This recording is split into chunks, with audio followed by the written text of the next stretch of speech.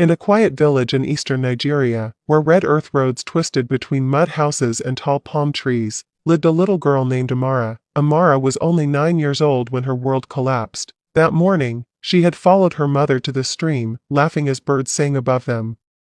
Her mother braided her hair carefully and said, "Amara, no matter what happens, be strong." By evening, her mother was gone. A sudden illness took her away before nightfall. No hospital. No second chance. Just silence. At the burial, Amara stood barefoot on the red soil, staring at the fresh mound of earth. While other children cried loudly, Amara said nothing.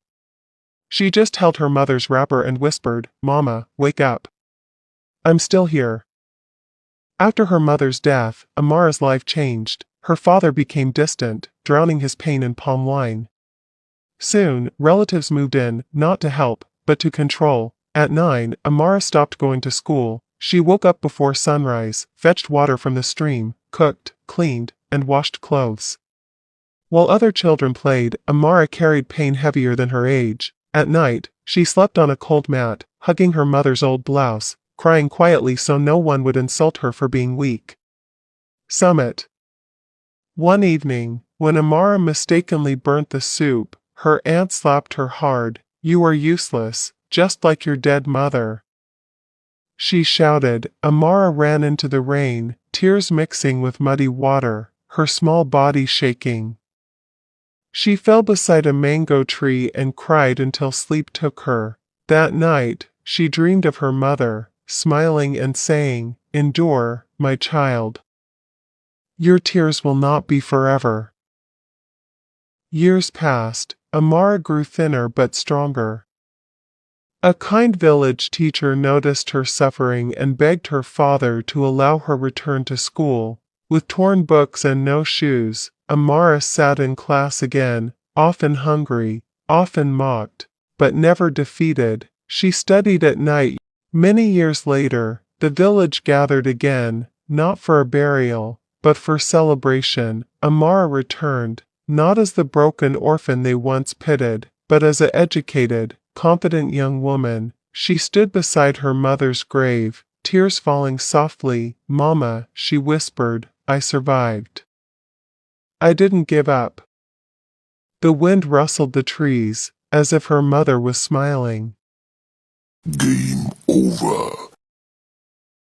In a small village in Nigeria, there lived a young woman named Amara. Amara was not the prettiest, she was not the richest, and she was not the loudest, but she had a heart that loved deeply. Every morning, Amara would pass the village square, and every morning, people would laugh. "Look at her," they whispered, "no husband. No children. Just dreams."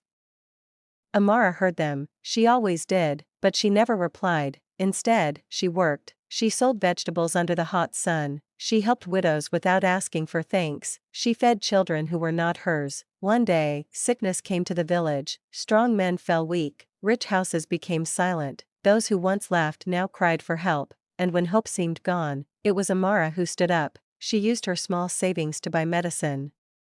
She stayed awake at night, nursing the sick. She carried people on her back when no one else would. Days later, the village survived. At the next market day, something strange happened. When Amara walked into the square, nobody laughed. Instead, they stood. An old man stepped forward and said, "We mocked you because we did not know your worth."